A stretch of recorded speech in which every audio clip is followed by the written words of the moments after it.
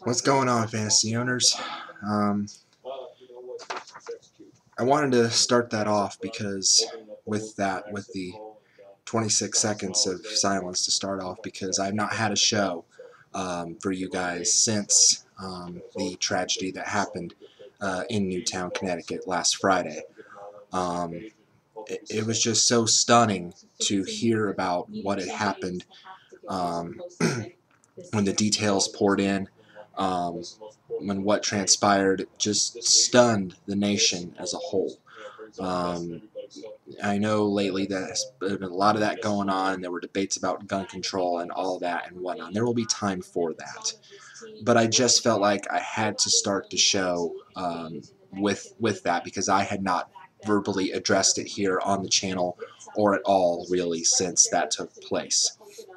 So for all of y'all in Newtown, Connecticut, for all affected by the tragedy, my heart is with you.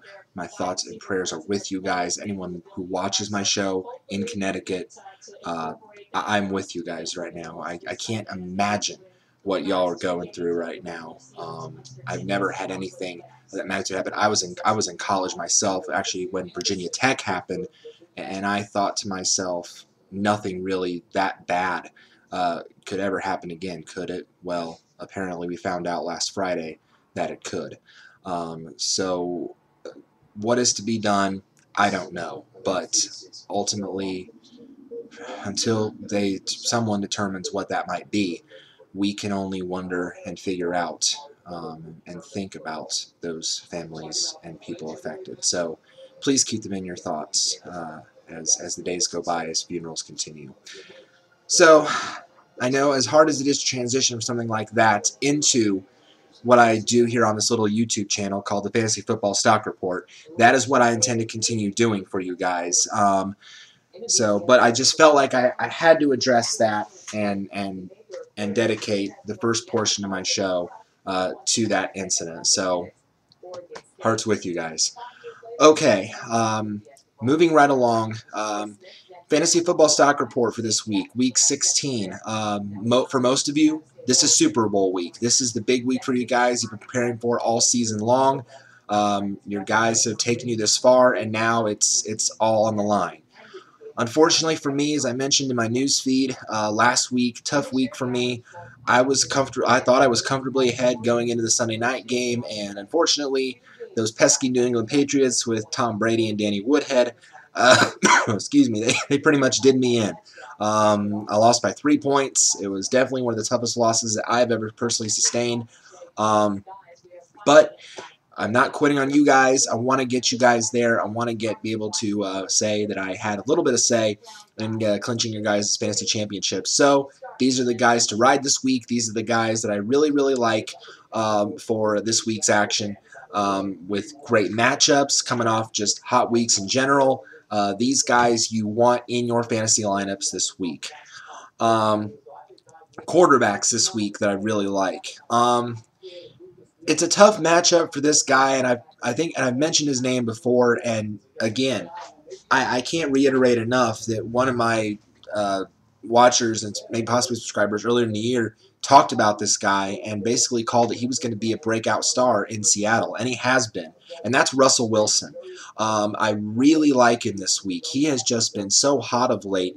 Shockingly, he is still a free agent in my league, but at this point, I mean, and maybe no people won't use him. Maybe the only thing I could see is that people are confident in their number one and they don't need another guy. But if you've been struggling with your number one all year and you need a quarterback that's really been the hot hand of late, he's playing at home this week. The Seahawks are 6-0 at home this season. The 12th man there is just it is instrumental, I guess, in helping them win games. But Russell Wilson has been a big part of it as well. He had 41 fantasy points last week in a CBS league. That is absolutely huge. It's a tough matchup going up against the 49ers, but this is a potential playoff preview potentially. This is two NFC West rivals. There is so much riding on this game this week. It is important. It's vital. in more ways than one. I think Wilson is definitely a strong number one this week that you can put in your lineups and be very confident in starting this week for your fantasy Super Bowl. I think it's a given to me. I just think he's a guy that you really, really, really should put faith in this week.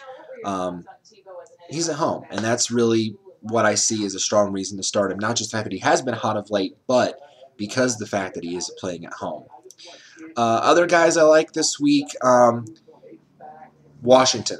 The Redskins, again, going up against Philadelphia. We know the Eagles are a mess. We know that they, will likely need to completely start over next season. But it looks like RG3 is going to play. There are reports out there that it looks like he's been a full participant in practice this week. So it really looks like he's going to go. But Kirk Cousins has definitely shown, I got to say, I have been impressed with Kirk Cousins filling in for RG3 and the way that he has played in that role. So I think, though, no matter who plays, whether it's Griffin, if it's Griffin, obviously you start him. You've been riding him all year. But even if Cousins gets the go, I think you can start either guy against the Eagles because the Eagles are just so bad. They're just so bad.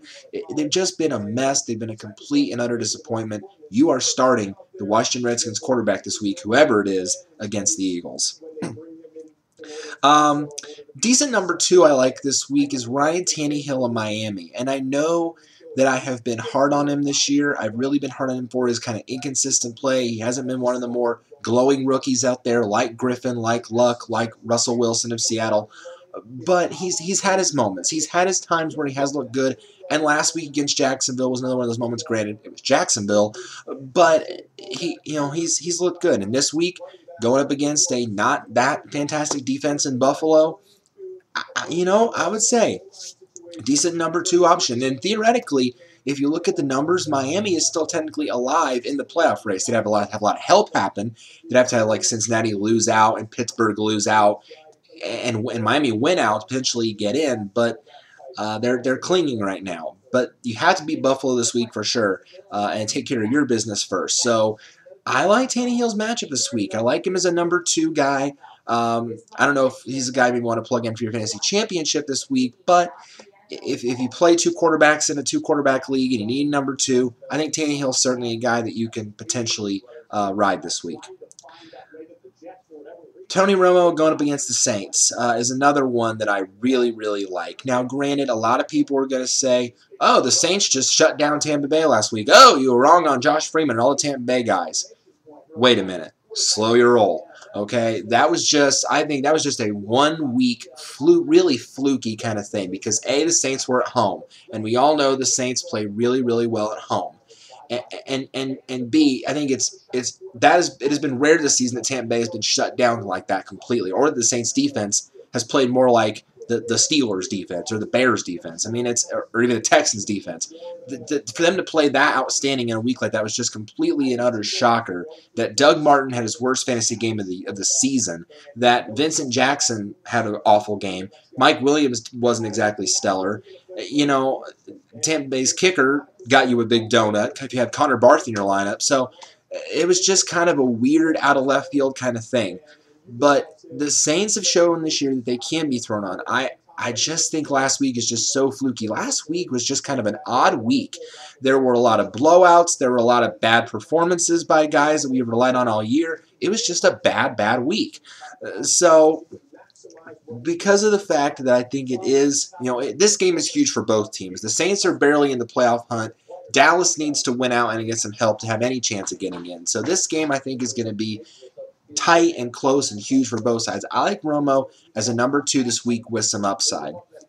And finally, this last one's kind of a gut call for me. But I think, again, number two upside, I think, and that's Jay Cutler of Chicago. And I've been hard on him all year, too, because mostly the pictures we've seen of Jay Cutler, he gets knocked to the ground. He gets knocked on his butt. Something's hurting in Jay Cutler's body, or he's throwing interceptions. It's just been a bad year overall for Cutler.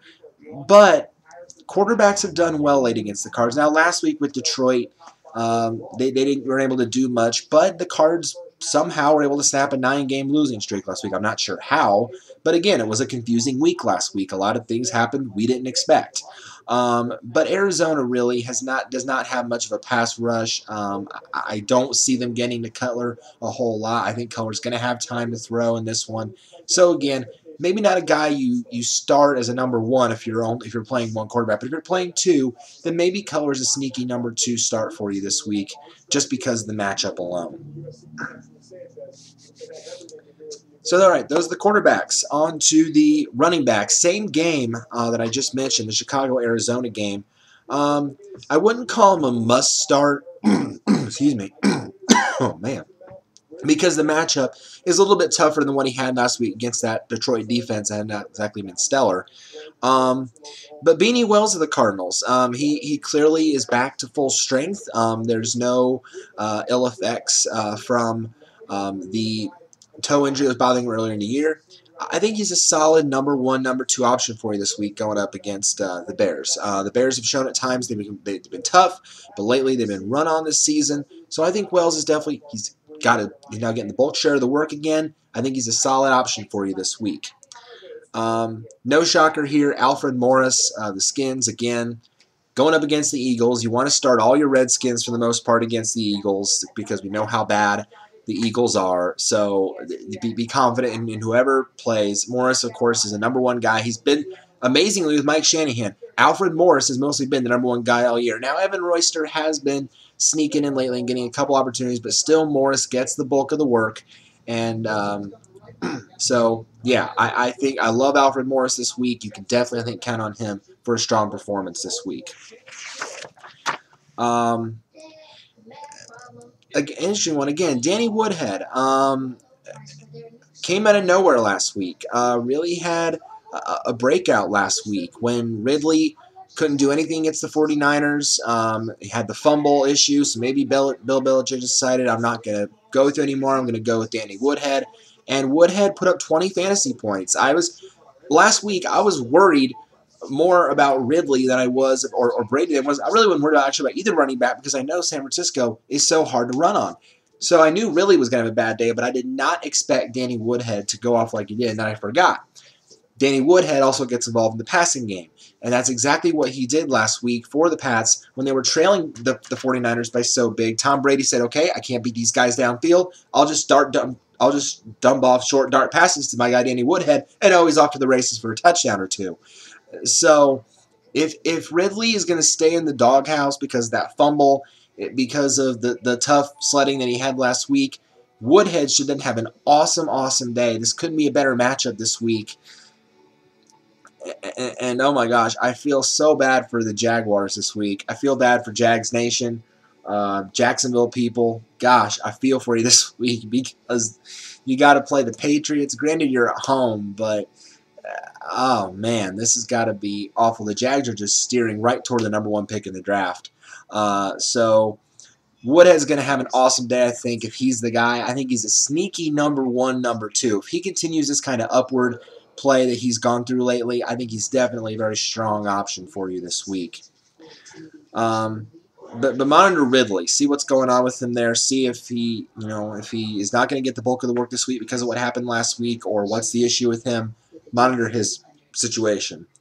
C.J. Spiller of Buffalo going up against Miami. With Buffalo, here's the thing. Here was my thing concerning Spiller. I drafted him in his rookie year to be my number two running back, and Buffalo just completely muddled up their whole backfield situation and really made Spiller completely and utterly useless. If there wasn't so much uncertainty with that Buffalo backfield, I think C.J. Spiller would be a stud in the NFL. But he's in the same backfield as Fred Jackson. Tashard Choice is in the mix, and then he's been getting hurt. Jackson's getting hurt. It's a cloud of uncertainty, or like the weather service says, a cone of uncertainty. You see this cone? That's what it is. They're mired in this uncertain bubble, and you don't know who's going to get the work.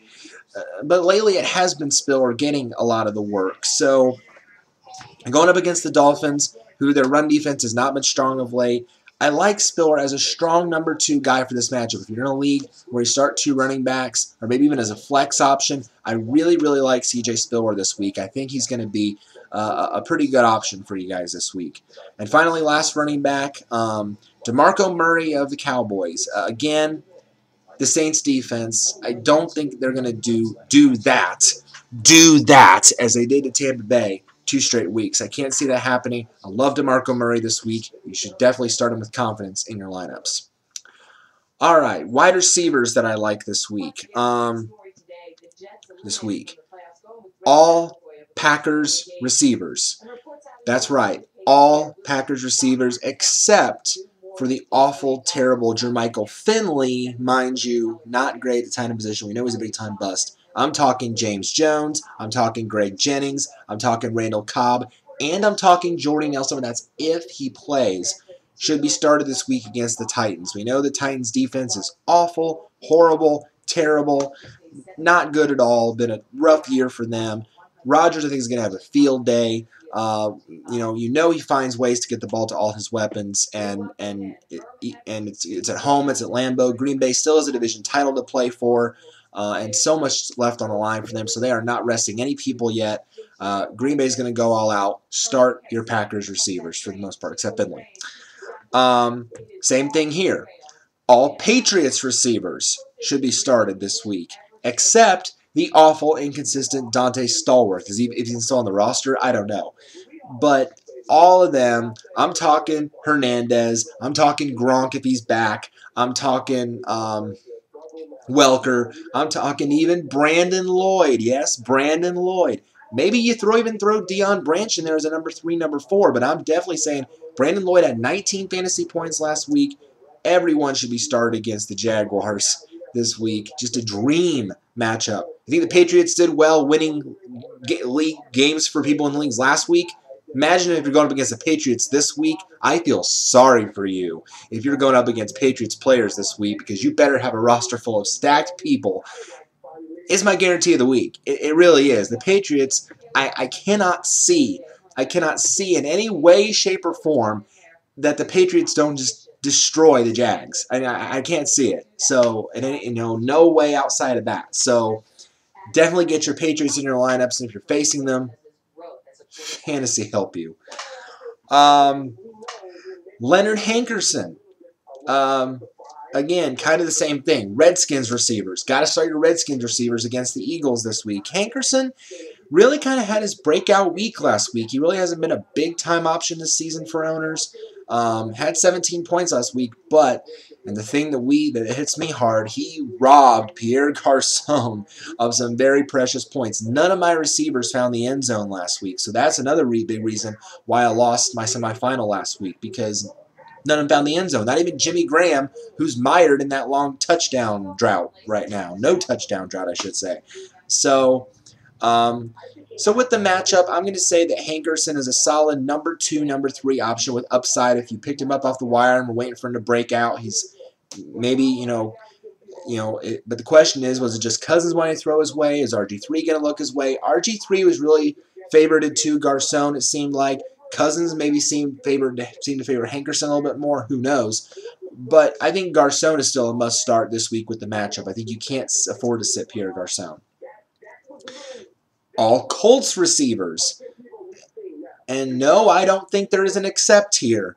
Should be started against the Chiefs. The Chiefs are just as bad as the Jags. Their record is 2-12. Those two are literally fighting. Casey Wolf and Jackson DeVille are in a boxing match over who's going to get the number 1 pick in the draft. So, no, they're both bad. Your Colts receivers, you're starting these guys as well. You're starting Reggie Wayne, obviously. You're definitely starting T.Y. Hilton. Dare I say you're even starting Donnie Avery. Against the bad defenses, Avery has had good days. So, dare I say you're even starting Donnie Avery. Maybe you start either with a tight end, though, it's kind of because they both use Allen and Fleener both. So with tight ends, maybe I wouldn't touch, but you're definitely starting all of the major weapons for the Colts this week as well. Chiefs are terrible. And finally, again, the Cowboys receivers. Love Des Bryant this week. Love Miles Austin this week going up against the Saints. And you might even throw Kevin Ogletree in there maybe as a desperate number 4 play, but definitely start Dez and Miles. Again, I'm going to say it. I just cannot see the Saints doing that, doing what they did last week, 2 weeks in a row. I just cannot see it happening. That was at home. No, just start your Cowboys. Just start Dez and Miles. I think it will pay big dividends for you. We're definitely starting Dez. If you have both on your team, start Dez. Austin, the thing about Austin is he has been admired in a slump for weeks now. He has been also held out of the end zone week after week after week, and I didn't even start him toward the latter part of the season. So again, Austin is kind of a meh, but Dez you're definitely starting for sure. But I think Miles will get back in it this week. I think he'll have his opportunities against that Saints defense. And finally, tight ends. Dennis Pitta of Baltimore, he has really had a breakout week. Last week had 24 points. Last week was the number 1 fantasy tight end last week. Going up against the Giants, I'm going to mention this in the guys to avoid video. I'm not a fan of Joe Flacco this week. But here's the thing. Pitta really has become a very consistent option in the red zone. He has kind of become that go-to guy. He had 10 targets last week, caught 7 of them, and had the couple touchdowns. So I think he's a sneaky number 1, number 2 option this week. I really like what he's done lately with Baltimore. Heath. I like Heath Miller of Pittsburgh this week, going up against Cincinnati. Caught all 7 targets. You know, I think Heath is pretty happy that Big Ben is back as his quarterback again. I think you could definitely start Heath Miller with confidence in this important matchup going up against the Bengals for that final wild card spot. Who's going to control that destiny in the AFC playoff race? Aaron Hernandez, as I mentioned, you're starting the Patriots. Gosh, and it just makes me think. Some Jaguars fans are probably in Jacksonville. They're sitting in a bar. They're drowning their sorrows out of an awful season. And one guy is just sitting there pondering the matchup, and he looks at his friend and says, "So, how bad do you think the Pats will beat us this week?"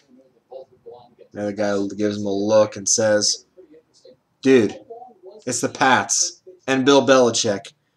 They might make that 58-0 game in Seattle seem like it was a speck of dust."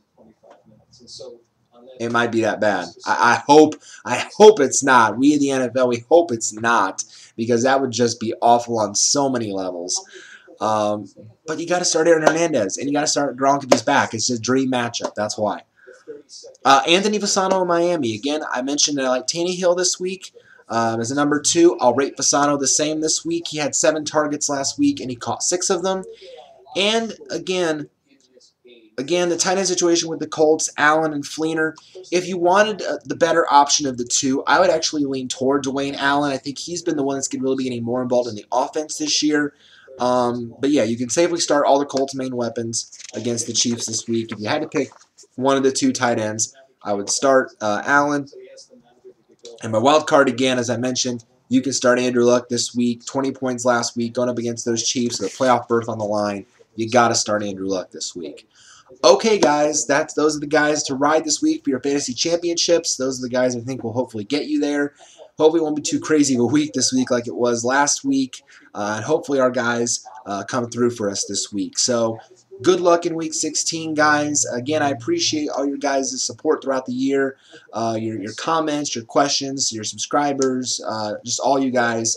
Just thank you so much for when I brought this show from radio to YouTube, I never thought it would get the kind of support that it has, but I'm just so thankful for you guys to be able to do this for you and provide my insight on a fantasy basis from week to week. Still unsure whether or not I'm going to do something after the fantasy season ends. I've kind of been debating.